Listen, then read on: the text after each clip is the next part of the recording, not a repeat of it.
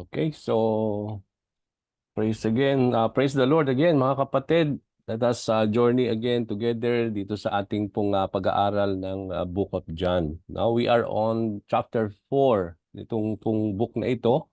So if you have your Bible with you, I will read it for all of us. But just read with me. Okay, buksan po natin sa John chapter 4. And then we will be reading from verses 1 to 42.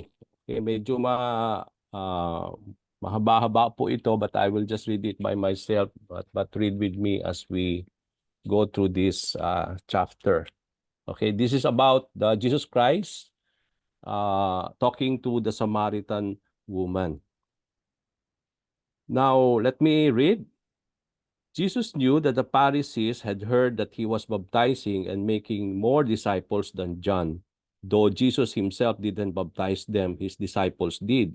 So he left Judea and returned to Galilee.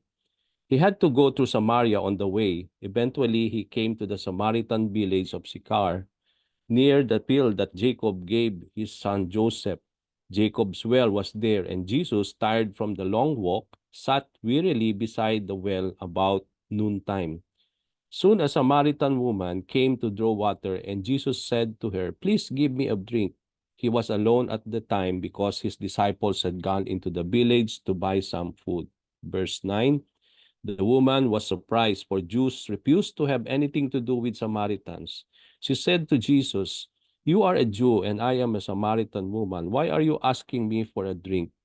Jesus replied, "If you only knew the gift that God has for you, who you are speaking to, you would ask me, and I would give you living water. But sir, you don't have a rope or a bucket," she said, "and this well is very deep. Where would you get this living water? And besides, do you think you're greater than our ancestor Jacob, who gave us this well?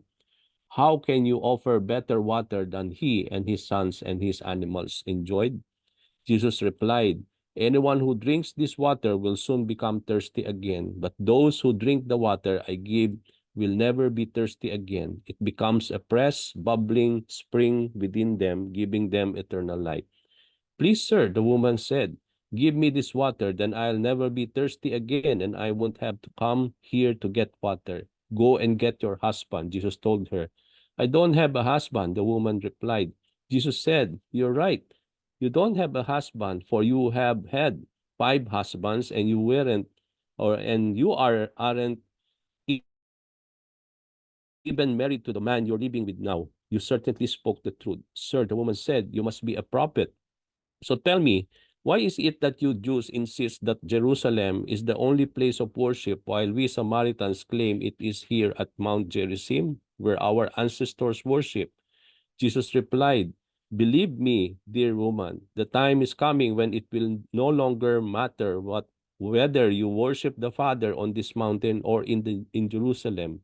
You Samaritans know very little about the one who you worship, while we Jews know about him.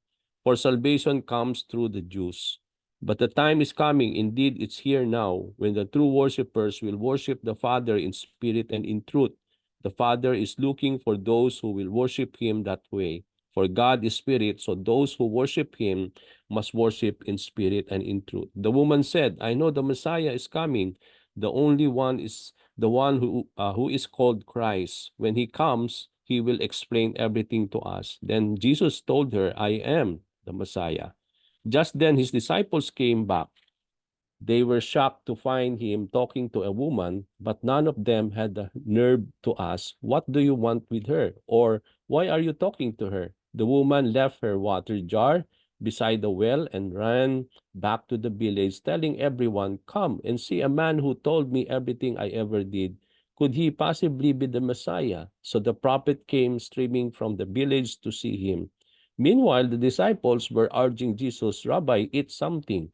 But Jesus replied, I have a kind of food you know nothing about." "Did someone bring him food while we were gone?" the disciples asked each other. Then Jesus explained, "My nourishment comes from doing the will of God who sent me and from finishing his work.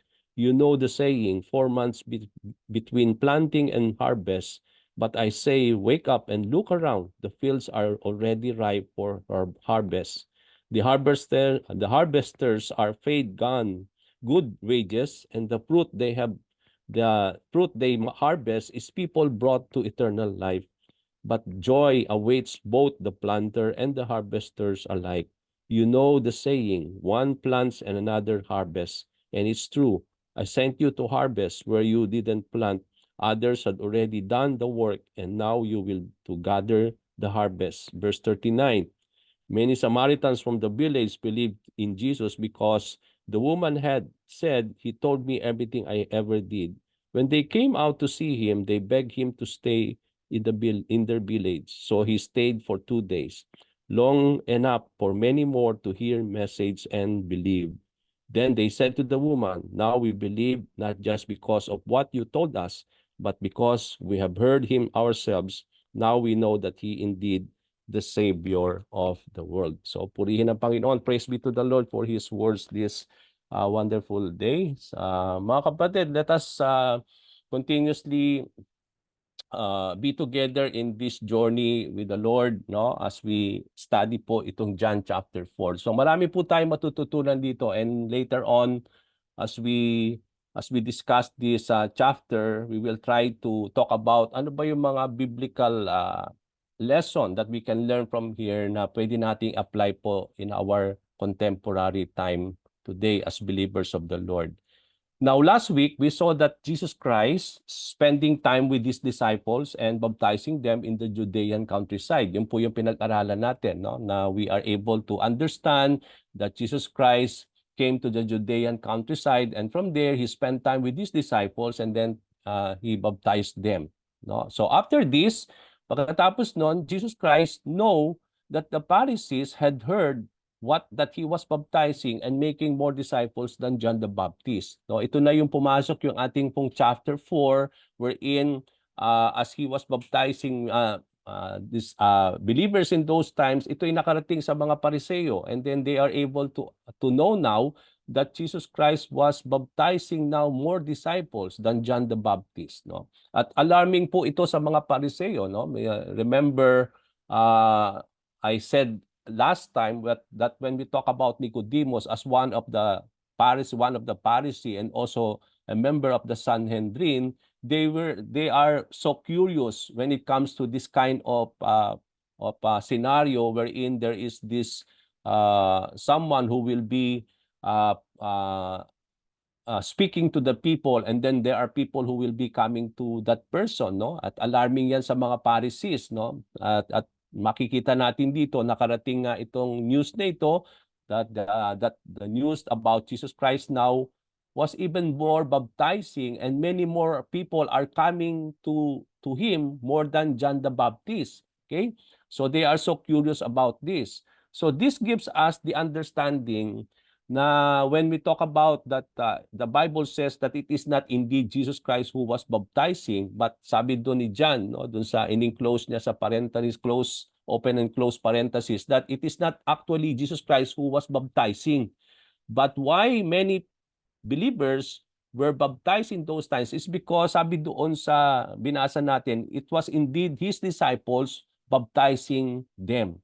So here, makikita natin dito na Jesus Christ was also, or we can truly see from this passage that Jesus Christ gave the authority for His disciples to baptize people in those times, no? And we are able to fully understand also in our contemporary time that the leaders of the church, no, were given or are given the privilege or the authority by the Lord, no, to baptize believers in the name of the Father, of the Son, and of the Holy Spirit. At makikita natin dito that even in the time of our Lord Jesus Christ, the disciples also were baptizing people in those days. Now we expect, mga kapatid, na sabi nga dito sa passage natin that the Pharisees were able to understand and know that more people are coming now to the Lord, no, compare with John the Baptist. So kung titingnan natin dito yung scenario, although John the Baptist was still baptizing yung nung mga panahon na yon, pero marami po ang nagpupunta na ngayon kay Lord, no, compare with him. At marami pong mga tao ngayon na nagpapabaptize sa kanya compare with John the Baptist. Now we expect that as Jesus starts his ministry, alam natin, 'di ba, sabi nga ni John the Baptist that Jesus Christ must increase and I have to decrease, no? So from that very words of John the Baptist, ini-expect natin na talagang magra-rise na o magpipik na sa ministry si Lord. We expect that we expect that people who are coming to John will be now more lesser than people who will come to the Lord, because we believe that it is Jesus Christ who is the Messiah, who is indeed the Christ. And ini-expect natin na kapag nag-start na yung ministry ni Lord, marami pong tao talaga ang magpupunta na sa Kanya. And that is what we can see here on this chapter.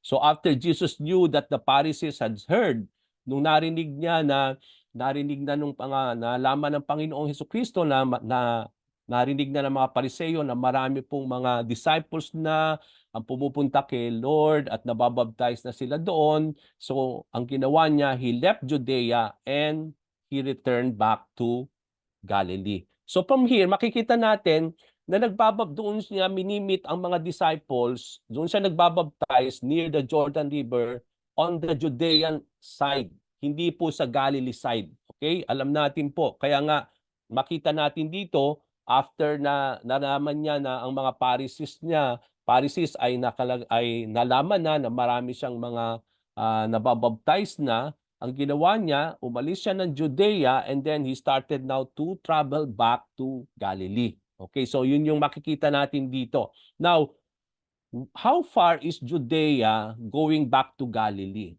Okay, it was considered, mga kapatid, it was considered that Judea to Galilee is around 70 kilometers. No? On our time today, at ang sabi nila, in those times, if you have to walk from Judea going back to Galilee, especially in going to Jerusalem, the temple, it will take around 2.5 days, no, by walking. And during the time of the Lord, there are 3 routes that pilgrims going to Jerusalem from Judea. So kung titingnan natin po yung mapa, although wala tayong mapa ngayon, if you are curious, tingnan niyo po yung mapa ng Israel, no? In the time of the Lord. So kung magagaling ka ng Judea going to Galilee, especially if you are going to the temple in Jerusalem, okay, it will take around more or less 70 kilometers by walk. Okay, now when you go there are 3 routes na pwede mong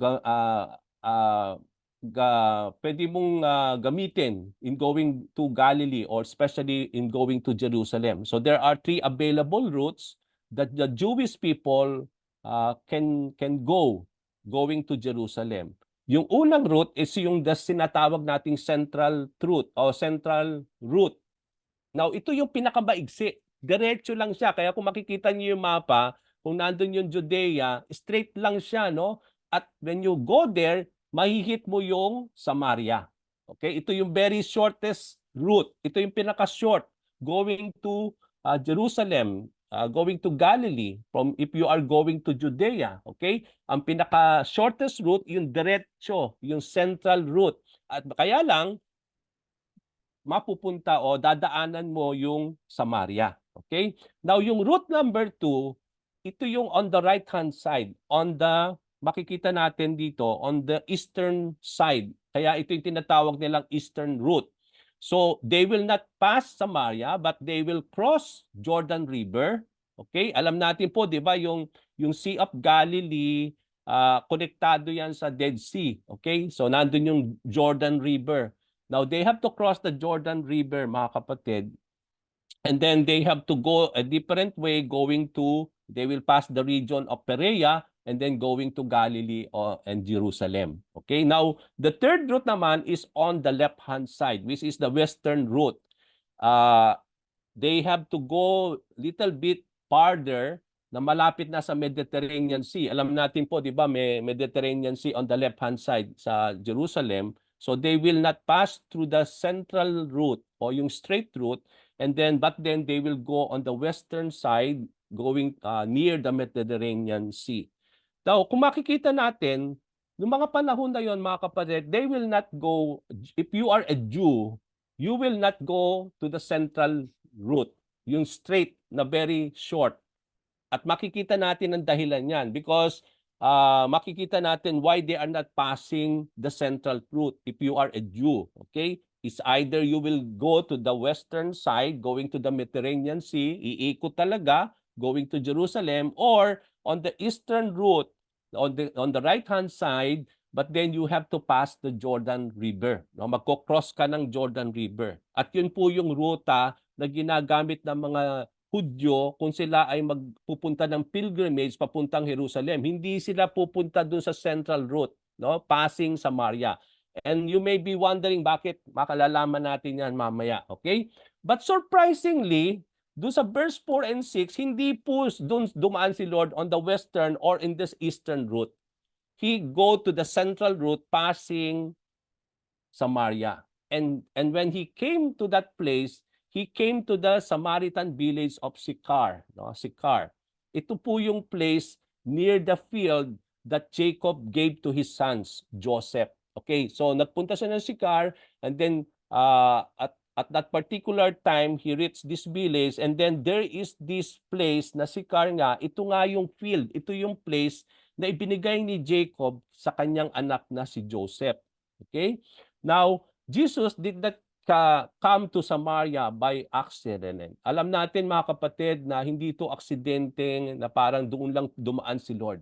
But he purposely went to this place because he knew very well that he will be meeting this Samaritan woman. Okay? So makikita natin dito. Now, we are so curious about this Sychar. Ano ba itong Sychar na ito na ibinigay ni Jacob kay Joseph? Makikita ninyo yan sa Genesis chapter 48 verse 21. Huwag nyo na buksan, babasahin ko na lang po yon. So sa Genesis 48 verse 21, ang sabi dito, when Jacob was about to die, ito na yung mga panahon na mamamatay na si Jacob, pinatawag ni Jacob si Joseph, at kasama niya yung dalawang anak niya na si Manasseh at si Ephraim. Okay, di ba nagkaroon po ng anak si Joseph, at ang naging anak niya si Manasseh at si Ephraim. So they called them there dahil malapit nang mamatay si Jacob. And then si Jacob, bless niya yung dalawang anak ni Joseph, and at that particular time, he gave this portion of the land. Ito pong Shechem, no? At makikita natin, which he took by sword and a bow from the Amorites. So itong place na ito ay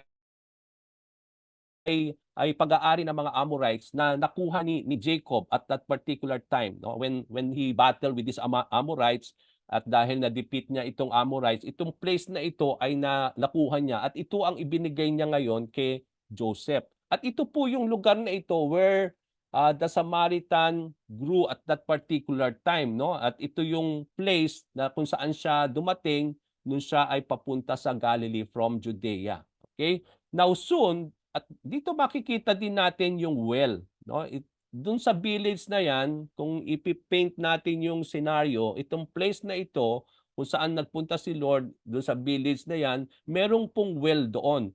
At dahil napagod si Lord for a long journey of walking, going from Judea to Galilee, he started now to sit down near the well, no? Umupo siya doon sa malapit doon sa balon na yon, and then soon after that, alam natin doon sa story, there is this Samaritan woman who came to draw water. Okay, ito na po yun. No? Nung nakaupo si Lord doon sa malapit sa well, and then ito na po yung Samaritan woman coming to the balon to take water.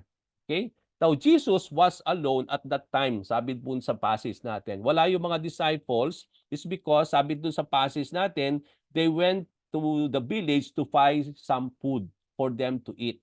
Okay, so nag-iisa si Lord at that particular time, and then seeing the Samaritan woman, Jesus requested and asked for some water to her. So nakita natin doon, parating na yung Samaritan, meron siyang bucket, and then sabi ni Lord doon, the Lord started now to request water from her. And soon, makikita natin the woman was so surprised. surprise itong woman when Jesus requested her a drink being a Jew. Now, ito na po yung story natin, okay?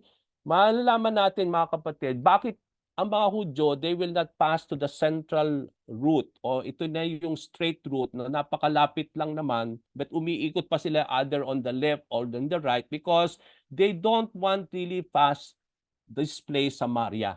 Okay? Itong lugar na ito na Samaria, they considered it as a despised place. Okay? Where the Samaritans live. No? At ito nga yung particular time na sabi dito sa Bible, sa ating verse, that the Jew will always have no dealing with these people. Okay? They consider them not part of them. Okay? So, merong conflict that is going on with the Jews and with the Samaritans at mamaya titingnan natin yan bakit nagkaroon ng conflict yan, no, ng friction. Okay, kaya nga nung nakita nung Samaritan woman si Jesus Christ being a Jew na nagpunta sa kanila, surprising din yun kasi wala talaga nagpupuntang mga Hudyo doon. No? It is only Jesus Christ and his disciples, and why they came from that route, we believe that it is not an accident, but we believe that it is a purpose of the Lord to go there to meet this Samaritan woman. Okay, so nakita nila. So namingha itong Samaritan woman, bakit itong taong ito, Hudyo siya, bakit siya nagparito na hindi naman normally nagpupunta ang mga Hudyo sa lugar na yon? At the same time, humihingi siya ng drink sa isang Samaritana. Okay, because there is no dealing with this Jew and Samaritan. So, dito makita natin, the Jews refused to have anything to do with the Samaritans. Who are the Samaritans? Alamin nga natin, tingnan natin, sino ba ang mga Samaritans? Why the Jews have nothing to do with them? Bakit ba? Ano ba ang dahilan why they don't want to have dealing with these people kung ikaw ay Hudyo? Now, Samaritans are distinct from the Jews, no? Very, although kung titingnan natin, they came also from them, but they are so distinct from the pure blood Jewish people, no? They were people living in Samaria, and at makikita natin, they were considered by the Jews as mixed race, and they also practice impure and half pagan religion. So dito, bakit ang mga Hudyo, they will not have dealing with the Samaritans because kinukonsider nila na hindi sila pure blood ng mga Hudyo kasi may mix sila. Makikita natin mamaya bakit nagkaroon ng mixed blood itong mga Samaritan. At kinukonsider din ng mga Hudyo na hindi sila pure sa kanilang reliyon pagdating sa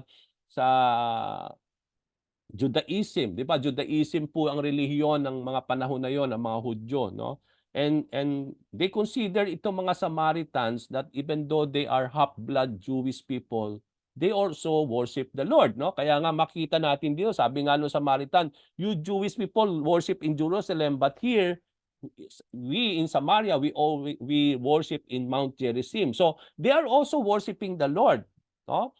But then not in Jerusalem because the people in Jerusalem, they don't allow these people to worship there. Kasi they consider them as half-blood and they are not really considered to be a part of them. Kaya nagtayo po ng templo where the Samaritans need to worship the Lord and they are worshiping in the Mount Gerizim. Okay? So dito sila nagsasamba kay Lord. So sumasamba sila kay Lord, but then ito mga Hudyo, they consider them also that the kind of religion is not really pure also. It is mixed with pagan worship. At yun yung sinasabi dito ng mga Hudyo. No?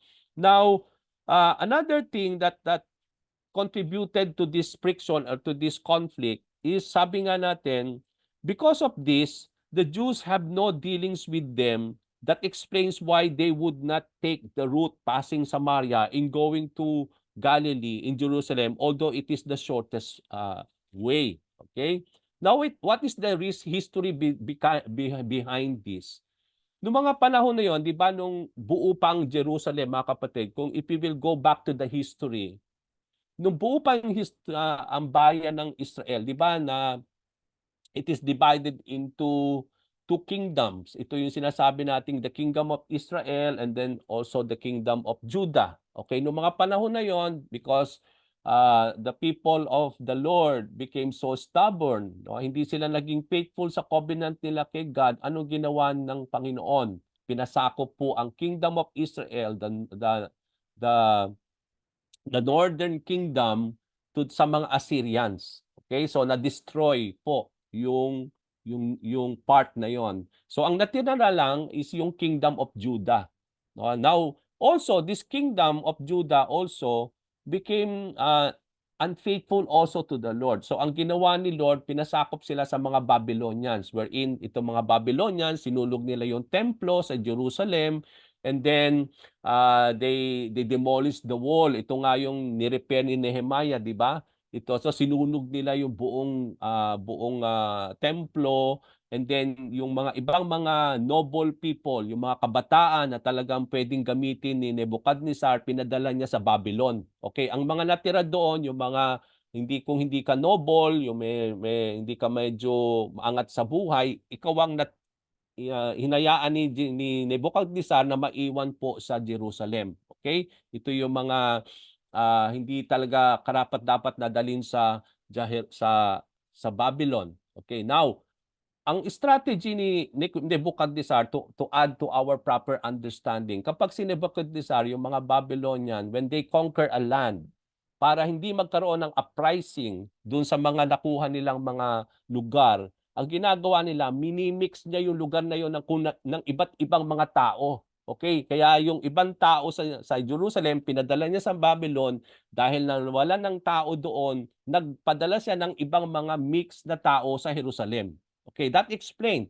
So may natirang mga pure blood doon at meron pong tumira na mga hindi po mga Jew at that time at nagkaroon ng intermarry. Okay, ito yung ngayon nagkaroon ng intermarry between the Jew and between other Gentile people, at ang naging resulta nga ito nga mga Samaritano. Mixed blood sila. Jewish sila but half mga Gentile.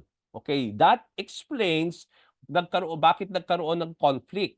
Okay? Kaya nung mga panahon na yon, nung ni-release na yung, 'di ba, when the Persia came and defeated Babylonian, no, history po ito, no, in the time of King Darius, 'di ba? Nakita natin doon, hinayagan ni Cyrus, 'di ba? Pinayagan yung pagpapagawa ni Nehemiah ng Wall of Jerusalem back, and then ni-restore yung templo, and then pinabalik lahat yung mga Babylonian ng mga Persians, isn't it? So when they came back to Jerusalem, nandun na yung mga Samaritano, no? Nandun na. So itong mga pure blood na ito, they started to build the temple but they don't allow them to worship there. Although itong mga Babylonian, they help in building the temple again, but they don't allow these people to worship there. So ang ginawa ng mga Samaritan, they go now to Samaria. They travel and then they build their place there, Samaria, and then they built also a place of worship there, at yung tinatawag nating sa Mount Gerizim. Okay, so doon natin makikita bakit may conflict. Nagkaroon, makikita natin yung friction. It added to our understanding why the Jewish people will not deal with any Samaritan. Now, so it will add to our proper understanding. Now, this explains why the Samaritan woman was so surprised when Jesus requested drink from her. So she asked the Lord why he was asking drink from her as a Samaritan. No, the Samaritan woman whom Jesus was speaking was not only despised by the Jews, pero itong Samaritan na ito, mga kapatid, hindi lang ito parang considered as despised as despised people, especially this woman. Hindi lang siya despised na kinukonsider ng mga Jewish kasi half-blood sila. But then itong kausap ni Lord, hindi lang siya despised woman, but also he is also an outcast woman by her own people, Samaritans. Okay? So, sa mga Hudyo, itong woman na ito, despise sila dahil half-blood siya. Pero pagdating naman sa mga Samaritano, itong babaeng ito, kinukonsider hindi lang siya despised ng mga Hudyo, kundi siya ay outcast. Bakit? He is almost a prostitute. Okay? Na para bang it is woman na hindi siya married, pero this woman was living with different men at that particular time. So sa nung mga panahon na yon, kapag ganun ang isang babae, kino-consider ka na parang outcast ka, no? Just like Mary Magdalene, no? Natatandaan niyo si Mary Magdalene. Okay, so she is considered at the time of the Lord na parang outcast woman is because she's a prostitute. Ganon din naman itong Samaritan woman na ito, no? Not in terms of Samaria, that even yung mga sa mga Samaritan, kinukonsider nila itong babaeng ito na parang outcast siya kasi the way she is living immorally with different men, pasalin-salin, no? Iba't ibang mga lalaki. Okay, so ito po yung scenario natin dito. Okay, now, the woman thought that Jesus was referring to the physical water. Nung humingi si Lord sa woman na ito na give me some drink, akala nitong woman na ito is that Jesus was longing for physical water. So she asked the Lord how he will get water when wala naman siyang lubid o wala naman siyang bucket or kasi malalim daw yung well. Okay? How are you asking for water when you don't have even a rope and the well was so deep, sabi nung Samaritan woman. Okay? So the woman was curious if the water that Jesus longed to give her was better than, so dito, no, sabi nga ni Lord, no, so dito, makita natin dito, she asked the Lord that, how will you get water when he was no rope and the well was deep? So the woman was curious if the water that Jesus longed to give her was better than the water coming from the well or of his ancestors or animals that they enjoyed. So dito makikita natin dito, sabi nga ni Lord dito sa Samaritan woman, if you knew kung sino yung humihingi sa iyo ng tubig, then you will able to give him, no? And then pinangako nga ni Lord that the Lord is so willing to give her the living water.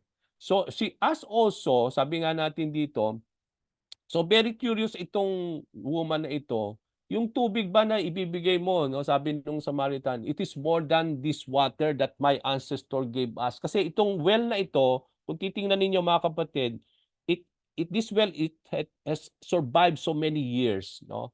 At ito yung naging blessing na even in the time of Jacob, and it reached that time of the Lord Jesus Christ, na kinukonsider ito ng mga Samaritan na a very great blessing from the Lord, where people drink and even animals drink, no? Kaya nga very curious itong Samaritan woman na ito bang water na ibibigay mo is more than greater than this water that God has given us, no? Through our ancestors. She also asked if Jesus was greater than their ancestor Jacob who provided the well, no? Hindi lang po na parang curious siya na ikaw ba mas greater ka dun sa aming ancestor na si Jacob who gave us this well and this water, and you yourself is giving us water, no? Yung bang tubig na ibibigay mo is more than this water, and you are more than our ancestor na nagbigay sa amin ng mga well na ito. So dito, parang gusto niyang alamin talaga sino pa itong si Lord at ano ba yung tubig na gusto niyang ibigay sa kanya. Na ito bang taong ito is more than the Jacob who has been called by the Lord, na ibinigay itong tubig na ito, and then yung tubig ba na ibibigay ni Lord is more than this water that Jacob gave them. Okay? So, the Jews and Samaritans considered Jacob as being great. Alam natin yan mga kapatid, no? Na alam natin the Israelites came from the lineage of Jacob because the 12 tribes of Israel, ito yung mga anak ni Jacob, di ba? 12 anak niya. At itong 12 tribes, ito yung buong Israel. Okay? Ito yung mga Israelita. Kaya they considered Jacob as a very great ancestor. Throughout the years, alam nila that the water from Jacob's well became the source of water from both itong mga humans and animals, no? Kung titingnan natin yung root ni Jacob, kinukonsider nila as their ancestor, their forefathers, na doon sila nanggaling, and then this water that they are using came from him, no? Na talagang blessing ito as a source for them and also source for the animals. Okay? Now verse 13 to 14, Jesus replied back that whoever drinks, ito niya, gusto niya ipakita ngayon kay Samaritan that he is more than greater than Jacob. That the water that he longs to give to her is more than the water that Jacob gave them. Okay? Ano sinabi ni Lord? Sabi ni Jesus Christ, whoever drinks this water, referring to the well, to the water that Jacob gave, whoever drinks to this well or to this water will soon become thirsty again. But those who drink water from me will never go thirsty again. Okay, so doon natin makikita nakakaiba itong taong ito compare with Jacob, and then it is also itong water na ibibigay niya is different from the water that Jacob gave. Kasi yung mga taong na iinom sa well, sa balon na ito na galing yung tubig galing sa balon na ibinigay ni Jacob, they will be thirsty again. But this water that Jesus longs to give to this woman, when she drinks of it, she will never go thirsty again. Because sabi ni Lord, it becomes a fresh spring, living water leading to eternal life. So makikita natin dito, there's a big difference here. Jesus Christ was not talking about physical water that he longs to give to the woman. He's talking about spiritual drink that will lead to eternal life. No? So dito natin makikita na it is not a physical water that Jesus Christ longs to give to the woman, but it is a spiritual drink that will lead to eternal life, that will spring to eternal life. It is good to notice din sa mga kapatid, if you are observing passages, di ba, when you are studying the Bible, ang unang method natin, observation. Ano yung ino-observe nyo? Ino-observe niyo yung construction of the words of each verses. Tinitingnan natin yung mga words, yung mga hindi nating alam na mga words, tinitingnan natin definition. But then, napaka-inam na tingnan at interestingly, na makikita natin dito na the kind of water na binabanggit dito ni Lord is a spring water, not a water from the well. Okay? He's talking about spring water. Now, kung titingnan natin, kung magiging physical tayo sa tubig, ano ang mas fresh? Ang tubig na galing sa balon o ang tubig galing from a spring? Okay? Kasi ang ibibigay now na ang galing na yung balon, ang ibibigay noon is a ground water, no? Galing talaga sa ilalim ng lupa. Okay? Now, ito namang tubig na ibibigay ni Lord, it is likened like a spring. Okay? Now, kung titingnan natin ito in the physical sense, not on the spiritual sense, it is good to notice how Jesus used the word spring. Itong water na ibibigay niya, it is a water that spring. Okay? Now, the living water he gives will become spring of water compared to the water from the well. Okay? The water from the well is underground. Alam natin mga kapatid yon, no? Magiging physical muna tayo in our study. Kaya kung kukuha ka ng tubig sa balon, underground yon. Okay, kung kayo nakaranas kayo sa probinsya, meron kayo yung balon, poso, okay? No? 'Di ba yung tubig noon galing sa balon, okay? Poso. It is underground. Kung mapapansin niyo, iba ang lasa niya. Okay? Kung mapapansin niyo, coming from a spring or from the tap water, iba talaga ang lasa. Kami, nung lumaki ako sa probinsya, makikita mo na talagang iba ang lasa nitong tubig poso. Although it is clean kasi it is may mga filter naman yung tubo noon papanik dun sa poso, no? Makikita natin. But then, ang sabi nila, although this water can be considered clean, pero hindi talaga pwedeng inumin talaga directly. Kaya yung iba, pinakukuluan yon or they just use it for washing, pero they don't use it for cooking or drinking directly from there. No? Taking a bath, pwede siguro maghugas, okay. Now, in those times, that's the kind of water that they are having doon sa well na yon. It's an underground water. At sabi rin nila, maraming mga minerals doon sa underground water. Na itong mga minerals na ito it can be good and it can be bad in our body. Okay? Merong mga minerals na mabuti sa katawan natin, but then meron na mga minerals naman sa tubig na ikasasama din natin. So there's a mixed minerals coming from the underground water. That is, ito yung well na na makikita natin. Now, compare naman on the spring water, no? Makikita natin dito, no? It is so fresh that even in the movie or in physically in our time today, when you go for a water in the spring, tingnan nyo po, very fresh siya talaga, no? It can be so fresh that sometimes people can drink directly from there. Even animals, no? They continue to drink on the spring of water. So dito natin makikita that even physically, the word spring na ginamit ni Lord dito compare with the underground water is much more better than this water that Jacob gave the people. No? So makikita natin dito, hindi lang na yung water is so great, but compare with Jacob, Jesus Christ was indeed much greater than Jacob. Okay? Because He is God Himself. So makikita natin dito. So yun yung naglalaro sa isipan ng babae. But then, kung makikita natin, in reality, if we will try to study more, makikita natin that the water that Jesus longs to give to all of us is considered to be greater than any kind of water, because the water that we drink even also will not satisfy, although it will satisfy our thirst physically, but then yung ating pong yung tubig na ibibigay ni Lord is a spiritual kind of water that when we drink of it, people will not be thirsty again, no? Spiritually. Okay?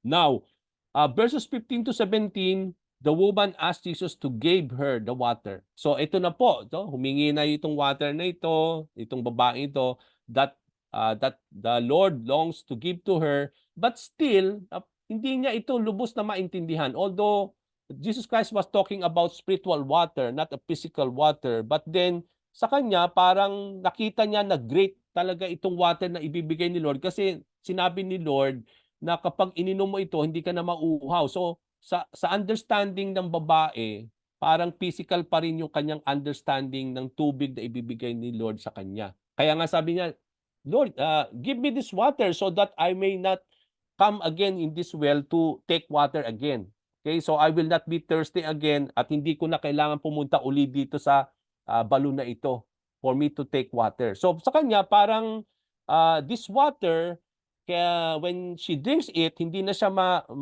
mauuhaw at hindi na siya pupunta sa balon, but he's still talking about a physical kind of water na ibibigay ni Lord. Okay? Now, the woman thought that when she drink the water from the Lord, she will never get thirsty and no need to come to the well. But the living water Jesus longs to give is a spiritual kind of water, mga kapatid. It's not a physical type of water. Kasi tayo, di ba? Although we took that spiritual water upon ourselves nung tayo tumanggap sa Panginoon, no? We are so thirsty when it comes to our spiritual aspect, when it comes to our dealing with God, no? Sabi nga natin, but although spiritually we were quenched by our thirstiness, but then physically nauuhaw pa rin tayo, no? Hindi naman dahil na filled na tayo spiritually by the living water of the Lord. Hindi na tayo iinom ng tubig galing sa gripo or galing sa masapi or everything. But we still nauuhaw pa rin tayo physically. But spiritually we are so filled, no? That yung ating pong thirst for God was filled by the Lord when He filled in us the Holy Spirit, and this Holy Spirit in us became like a spring of water that is flowing in our lives, no? That nourishes our spiritual being, isn't it? So makikita natin dito na hindi na yung Jesus Christ was talking a different kind of water, not a physical type of water that na parang na-mix na itong understanding na ito sa isipan ng babae. No? So makikita natin dito. Now, having the desire for the water, Jesus took the opportunity to reveal the truth. So nakita na ni Lord na meron ng room na singitan na itong babae nito of something to reveal himself to her, ito na yung pagkakataon na gusto niya na talagang ipakita kung sino siya at i-reveal sa babaeng ito kung sino ba talaga siya. Okay? So, nung humingi yung babae, give me this water that I may not be thirsty again and so that I don't need to come to this well again. Makikita ninyo, iba yung reply ni Lord. Ano yung ni-reply ni Lord? Go and bring your husband. Ang layo, ano? So dito na natin makikita na parang nakita na ni Lord na parang na-open na yung opportunity, yung understanding ng babae na very curious na siya about everything. And that's the time that the Lord wants to open everything unto this woman regarding her identity. Kasi hindi naman nire-reveal ng babae kung sino siya. At dito mamamangha yung babae na kahit hindi niya nire-reveal yung sarili niya sa kanya, alam ni Lord everything about the woman. And here is the time that the Lord will reveal uh, to the woman not only his identity as being the Messiah, but also concerning about the woman. And that's why he asked the woman, okay, bring. No? If you are curious about this water, then also bring your husband and come here. Okay, so here, makikita natin that Jesus revealed, no? That's the time that the woman said that she has no husband. Ito na yung pagkakataon na ma-open na yung conversation regarding the identity of the woman nung sinabi ni Lord. Kasi even before that, alam na ni Lord yung pagkatao nitong babae na ito. I believe that even before Jesus Christ came to that well, alam na niya na imimit na niya itong babaeng ito.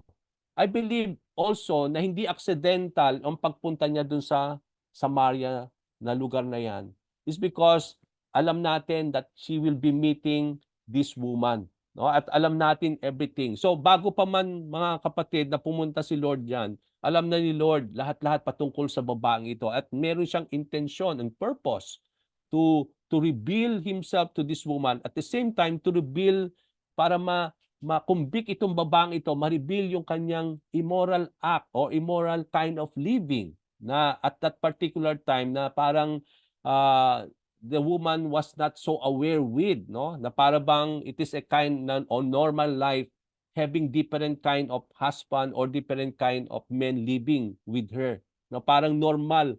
But then that's the time that the Lord will open the mind of the woman and that it will reveal to her the kind of identity that she has. Okay? So dito, Jesus revealed to the woman about her true identity when he told her that she was right.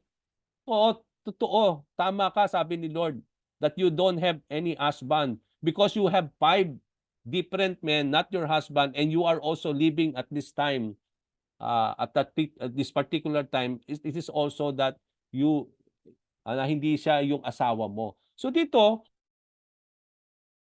makikita natin na that the Lord is now revealing, no, yung true identity of the woman so that she may be able to realize the kind of living that she has, no, at that particular time na dito rin mamamangha ang babae that hindi naman niya sinabi ang kanyang pagkatao, bakit alam ni Lord.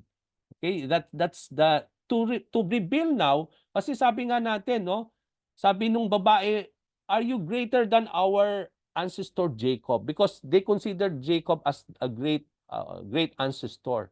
Now to show that Jesus is much more greater than Jacob, dito niya ipakikita that he is much more greater than Jacob when she will reveal everything about the woman. At dito nga namangha later on yung woman, no, na paano niya nalaman? Paano niya nalaman? Because he will able to know, mga kapatid, because he's an all-knowing God. Jesus is the all-knowing God, no? He knows everything.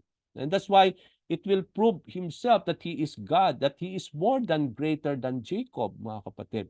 So this reveals that Jesus is the all-knowing God concerning our lives, that even though we tried to hide, no? Kung i-apply natin yung Samaritan sa ating buhay, we can become like the Samaritan woman, mga kapatid. We try to hide everything in us. No one will really admit that we are sinful. No one will really admit that our kind of living are wrong. No? Wala pong mag-a-admit niyan. they will not consider the life at all. Kung yung babaeng yon na Samaritan, parang normal lang sa kanya living with different men, na parang normal lang yon. No? Well, today, it's the same mentality that we have in the people today. No? And we can see that in our lives today that people try to conceal everything. They try to hide. But the only thing is that we can hide from the eyes of man, but we cannot hide from the eyes of God. Hindi tayo pwedeng pong magtago sa mata ng Diyos. Alam ng Panginoon ang buong-buo tayo. Kung anong nangyayari sa buhay natin, kung ano yung pagkatao natin, alam ng Panginoon yung pamumuhay natin, the way we live. And we cannot really hide from the Lord. Kaya dito ipinakita ni Lord yung truth na yan sa babaeng ito, that even though this woman was living immorally, no, at that particular time na parang normal lang and it is not being addressed with, dito natin makikita that Jesus tried to show to this woman that He knows everything about her. No, na sabi nga natin na Jesus revealed everything concerning her. And the same thing in us, that the more we conceal, even though we try to hide and conceal everything in our lives, God knows them all. There is nothing we could hide from the Lord and deny them. No, we cannot even deny it. No, kaya nga, kung makikita natin dito, that is something that this passage is trying to tell us. Now, verse 19 to 20, not only Jesus took the opportunity to reveal the truth about the woman concerning his identity, concerning her immoral living, no, her sinful life at immoral life. Hindi lang i-reveal niya yun dun sa babaeng iyon, but makikita natin dito na he is also now starting to reveal himself to this woman of who he is. Okay?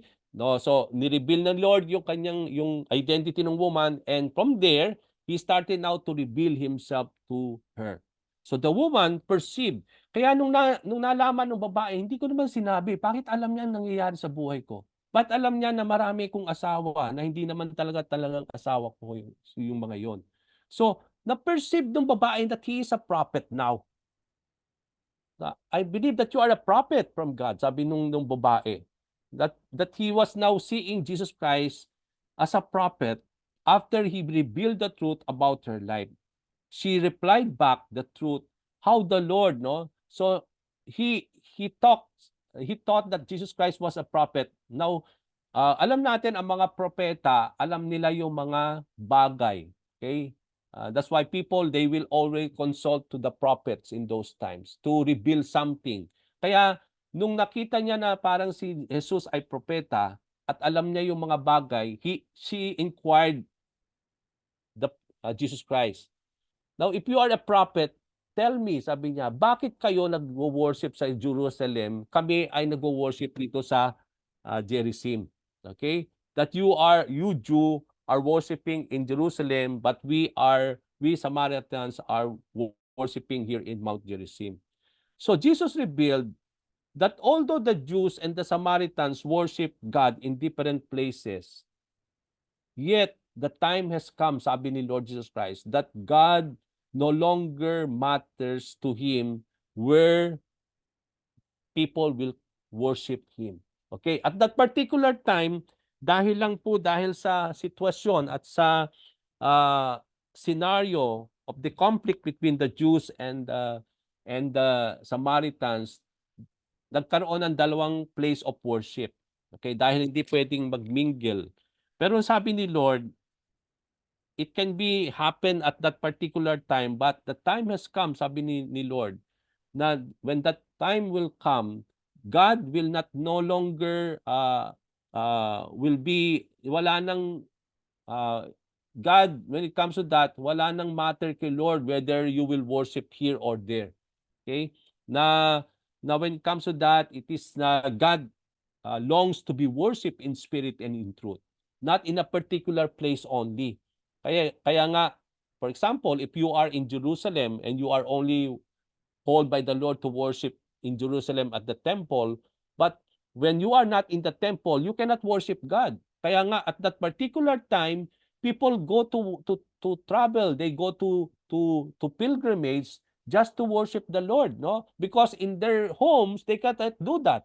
Kasi ito yung itinalaga ni Lord na doon lang sila magwo-worship.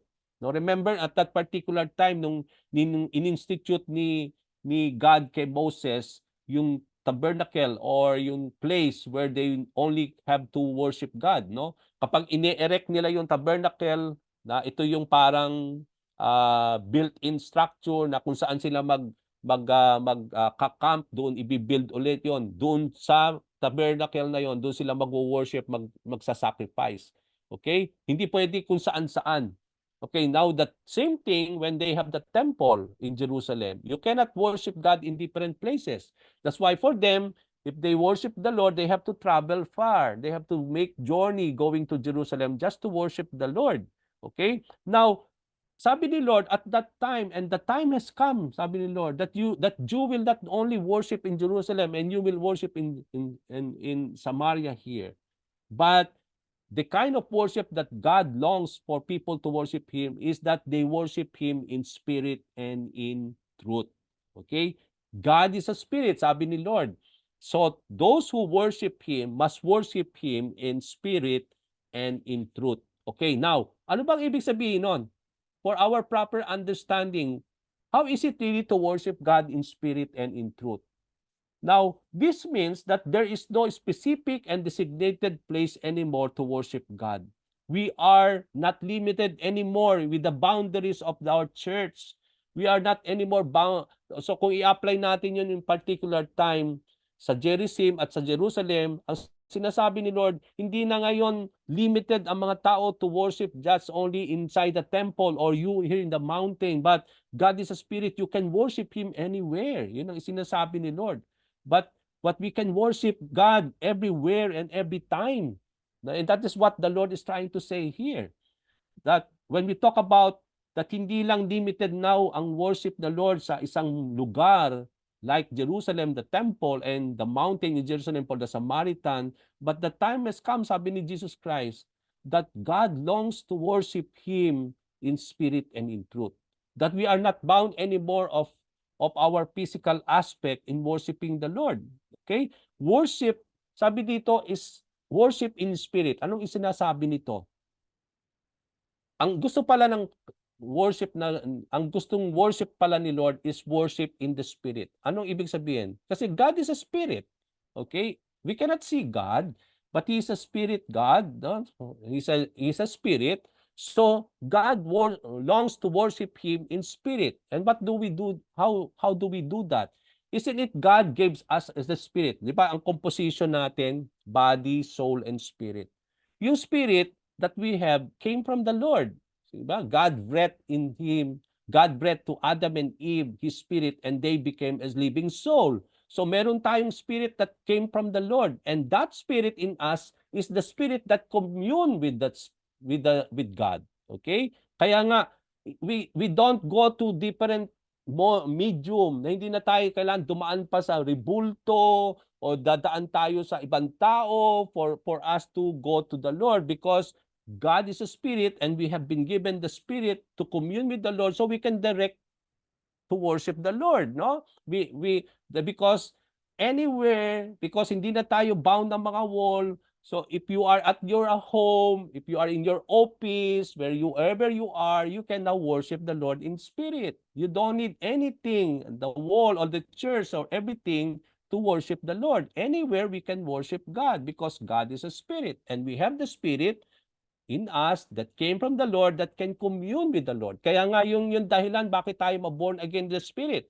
Di ba yung time ni Nicodemus?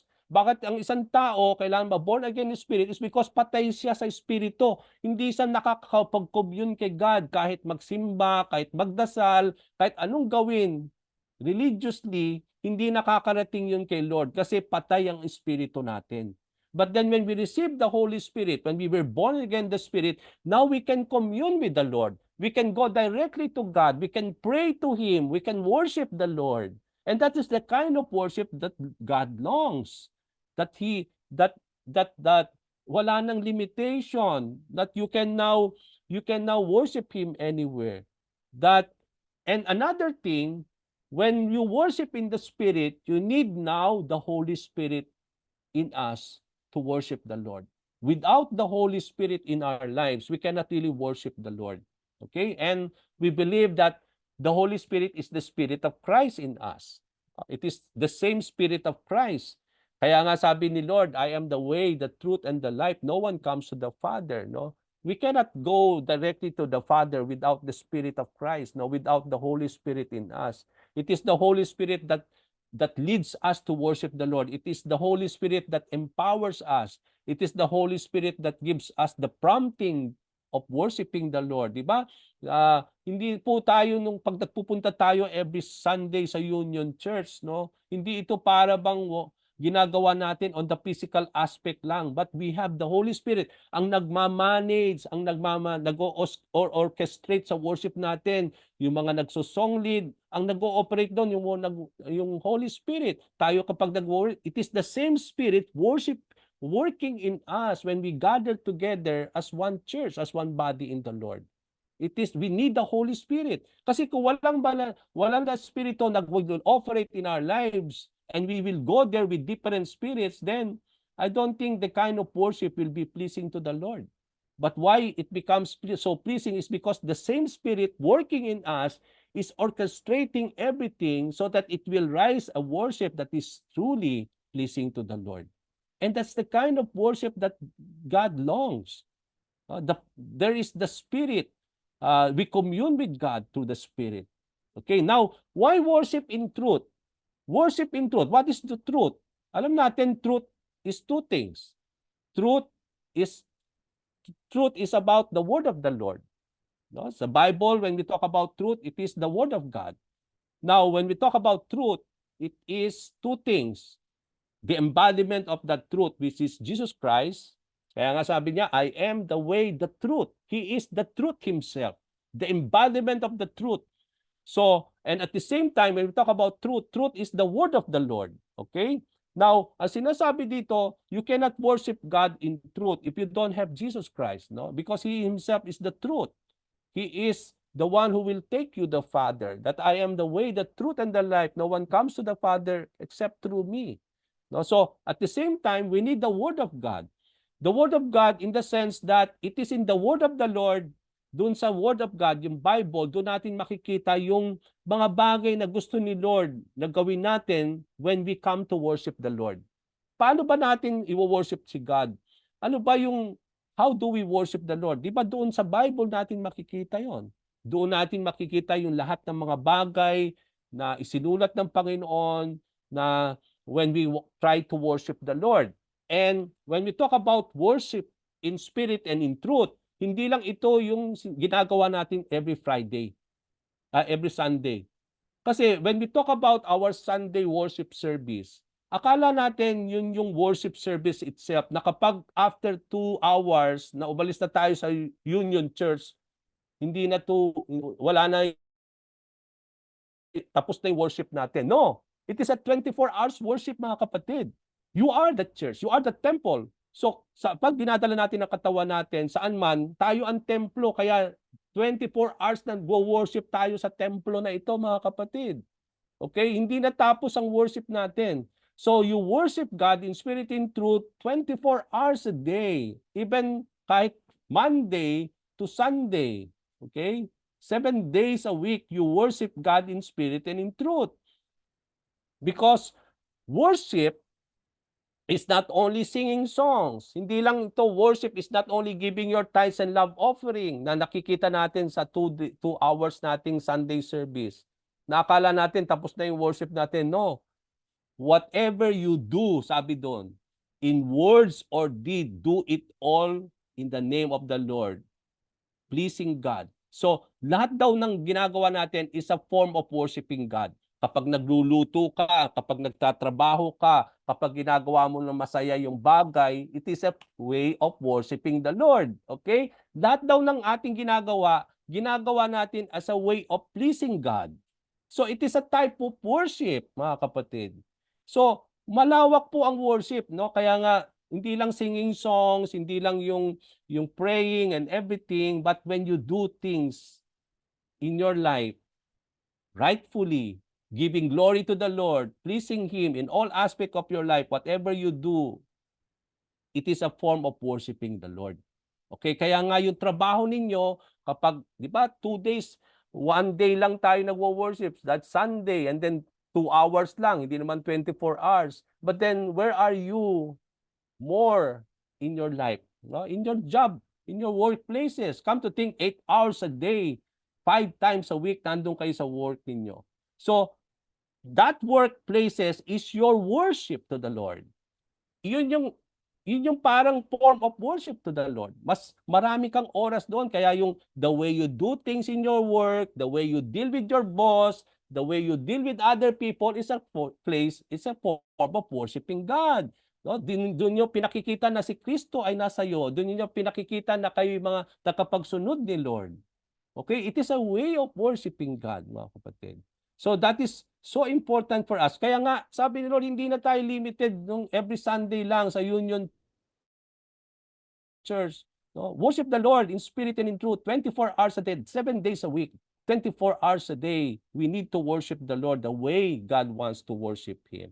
And that can be seen in the way we live, the way we do things, mga kapatid. So, napaka-importante po yan, no, when it comes to that. Verses 25 to 26, the woman perceived that Jesus was not only a prophet who came to reveal about something, but looking forward for the coming of the Messiah. So dito, makikita natin, habang nagtatagal, nag-iiba yung perception nitong babaeng ito. Parang nung una, akala niya, Hudyo lang siyang normal. And then started now, parang nakikita niya, propeta na siya. And then he started now, he's talking about now the Messiah, no, that will come. Sabi niya dito, the woman perceived that Jesus was not only a prophet who came to reveal about something, but looking forward for the coming of the Messiah. Itong babaeng ito, she's also looking for the coming of the Christ, no? And ang sabi niya, who will explain everything to them. Na kapag dumating daw itong Messiah na ito, this Christ will explain everything to His people. So this is the time now that the Lord revealed fully Himself to this woman. When He said, I am the Messiah. I am the Christ. So upon hearing this, that Jesus was the Messiah, what happened? The woman left her bucket, no? And then he hurriedly ran back to the village. And the disciples, yun naman yung timing naman na dumating na yung mga disciples having food. After that, the woman, nakita natin, after that, the woman told everyone there in that village that she found a man. Somehow that this man is indeed the Messiah. No? It seems that this is the Messiah, sabi niya.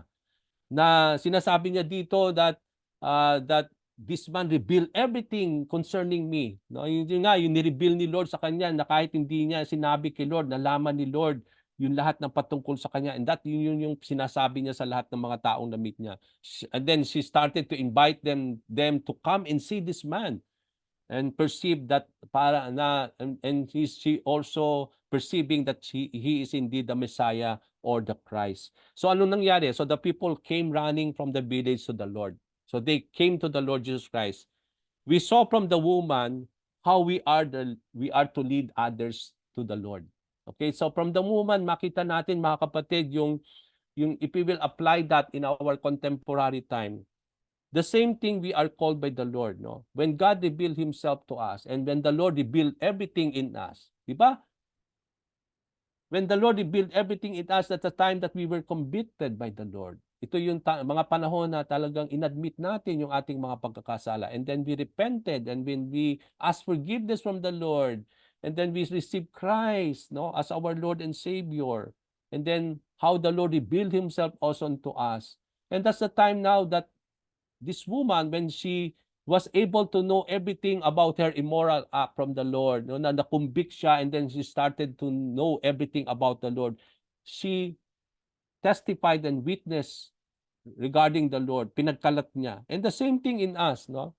We saw from the woman how we are also to lead other people to the Lord. Nilid niya yung buong village kay Christ. Come and see for yourself. Parang nililid niya yung buong village. Come, go there so that you may see Christ. The same thing with us, mga kapatid. I believe that's the most important type of work that we are called by the Lord, to lead other people, to lead Sharjah to the Lord, to lead Dubai to the Lord, to lead people to the Lord. And that's how we are called by the Lord, no? That's a type of work that we need to do in our lives today. So verses 31 to 38, these verses gave us the kind of food na, di ba, parang na-sidetrack lang ng konti doon sa storya, dumating yung mga disciples, meron siyang pagkaing dala dahil gutom sila, mahaba yung biyahe nila from Judea to Galilee. So na-surprise yung mga disciples na nakita niya, nakikipag-usap siya sa babae, sa Samaritan woman. So wala silang lakas para tanungin si Lord, but then ang sinabi nilang dahil ni-expect nila si Lord na gutom, kaya inalok nila si Lord ng pagkain. No? But then sabi ni Lord, so he's talking about the kind of a different kind of food that nourishes his life.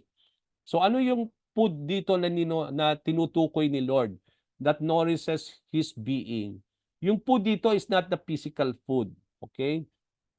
Makikita natin dito na ang sabi ni Lord, the food that nourishes Jesus comes from doing the will of the Father who sent him to do his work. So ang nagno-nourish pala sa buhay ni Lord ay, yes, physical food is so important. But what nourishes the life of the Lord is doing the will of the Father and doing what He was sent into. So anong sinasabi nito sa atin, mga kapatid? Di ba sabi nga natin, no? We don't live by bread alone, but from every words that comes out from the mouth of God. So food is so important to sustain our physical lives. But then, what nourishes our spiritual life is not only the word of the Lord, but how we do the will of the Lord. How do we do the will of God? At the word of the Lord is the will of the Lord. The word of the Lord is the will of God. And kaya nga, kung si Jesus makikita natin dito as our Lord and our God, very important and essential sa kanya yung pagtupad sa kalooban ng kanyang Diyos Ama sa langit. Ito ang nagsusustain sa kanya, sa kanyang pagkatao. Then the same thing should be in our lives. That we are not after physical food, mga kapatid, but we are always after doing the will of the Father. Sabi nga ni Lord, that not all people who call me Lord, Lord will enter the kingdom of God, but those who will do the will of the Father. That's the kind of life that we are called. That's the kind of nourishment that we need to have in our lives. Yung pagtupad sa kalooban ng Panginoon, mga kapatid. And kaya nga sinabi dito, no, the work that we need to do. Now, what is the kind of work na dito inopen na nga ni Lord sa kanya mga disciples, no? See, no? Isn't it 4 months it takes for planting so that it will be harvest time, but then see the work, no? He started now to see that open your eyes that the harvest is so ripe already. The work, as if God is preparing this to us, no? That revealed that the harvest of souls and reaping of souls is already ripe din, mga kapatid. That now is the time of harvest. And now is the time for us to lead the Lord, lead people to the Lord. No? At napaka-importante po yung how we bring the gospel to the lost and lead the souls to the Lord Jesus Christ, no? And in doing this, it's either we plant or we reap. Sabi nga ni Lord, no? In this kind of work, it can be you are planting and you are harvesting. Kayo, sabi ni Lord sa kanyang mga disciples, you are just harvesting the things that has been done by other people. So what does this tells you and me? That in this work of reaping souls or the harvest of souls, it's either you plant or you reap. Now, who are the planters in this harvest? Ito po yung nagsahasik ng salita ng Lord, yung mga preachers, yung mga nagsishare ng word of the Lord, who are bringing the gospel to the people, yung by their mouth, they are sharing the word of the Lord, no? Ito yung mga nagpa-plant, nagtatanim ng salita ng Panginoon sa puso ng mga tao, no? Who are proclaiming the word. Sino naman yung mga harvest? Ito naman yung nag-harvest after that, no? Ito naman yung mga after proclaiming the word, ito yung mga nagpa-follow up, ito yung mga nagli-lead, no? Ito naman yung after na-share na yung mga tao, ito naman po yung naggagabay, ito yung mga ano, ito yung nag-harvest, okay? Ng mga souls, no? Just like the disciples says, sabi nga ni Jesus Christ, no? May mga nag-plant, kayo lang ang mag-harvest nito, no? So the same thing in us is either we plant or we harvest, no? Mga kapatid, it's either we are called to be part of this harvest of souls, mga kapatid. It's either you are called by the Lord to plant the word of the Lord to the souls, or either you are being called by the Lord to harvest only. Na, di ba pag mag-harvest ka, pipitasin mo lang naman hindi ka magbubungkal. Yung mga planters ang nagbungkal, naghirap doon. Pero yun namang mga harvester, parang i-harvest lang, i-rip mo lang eh. Ganun din naman when it comes to the harvest of soul. No, natamnam na yan, no? Ipipitasin mo na lang yan. Ikaw na lang yung parang gagamitin ni Lord para dalhin itong taong ito. Na nando na plant na yung seed sa kaluluwa ng taong yun. Kailangan mo na lang talaga na nadalhin pa siya lalo kay Lord. And that is the kind of harvesting that we need to do as well.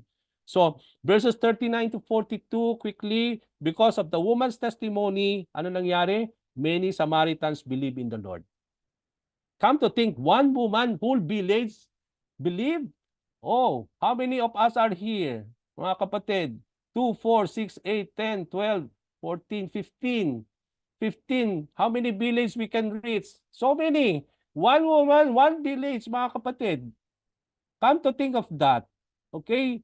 Now, we cannot limit the work of the Lord. He can do the same thing with us. Okay? So, the same thing. So, dito, not only they came to the Lord, but they begged to the Lord, Lord, stay for more 2 days. And then, Jesus Christ stayed for 2 more days. And then, sabi doon, many more believed. Many more came to hear the Lord. Many came to see Jesus Christ, and they believed. So the people said, no? So nung nakita na nila Lord, yung lahat-lahat, okay? Now, nakita na ni Lord lahat ng mga tao yung patungkol kay Lord.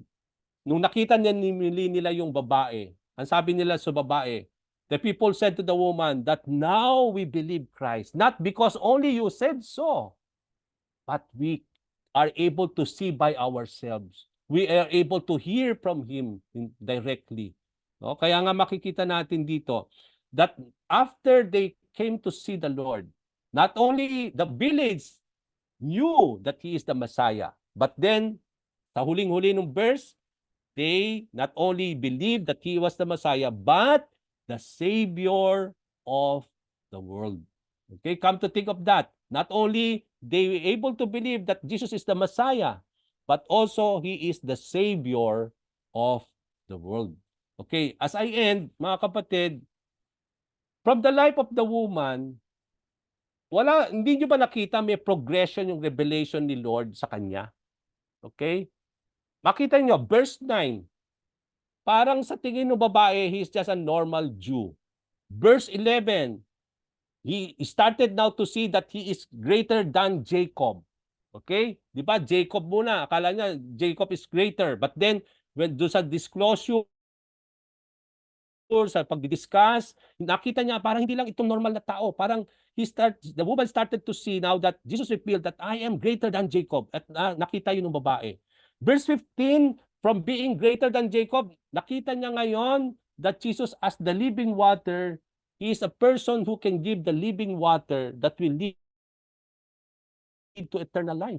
Okay? Now, verse 18, nakita natin from a normal Jew, from a man greater than Jacob, from a man who can give living water that will lead to eternal life. Verse 18, he is a prophet. Okay, from prophet, verse 25, he is now the Messiah, the Christ. And then the last verse, from the people, he is the Savior of the world. Come to think of that progression. No, that's something that we can see from this verse, no? Yung how the Lord can reveal Himself to us. How the Lord revealed Himself to this woman, that the woman was able to fully comprehend who is the Lord. From a normal Jew, nakita niya, he is greater than Jacob.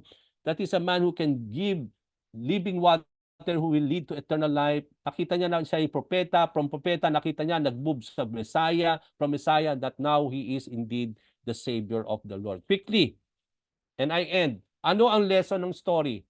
Okay? What is the lesson of the story? First, the story of the Samaritan woman in this passage reveals many truths and powerful lessons for us today. What are those powerful lessons for us today? Number one, despite that the woman was living immorally and unmarried woman living with different men, Jesus took time to meet her to reveal himself to the woman. Okay?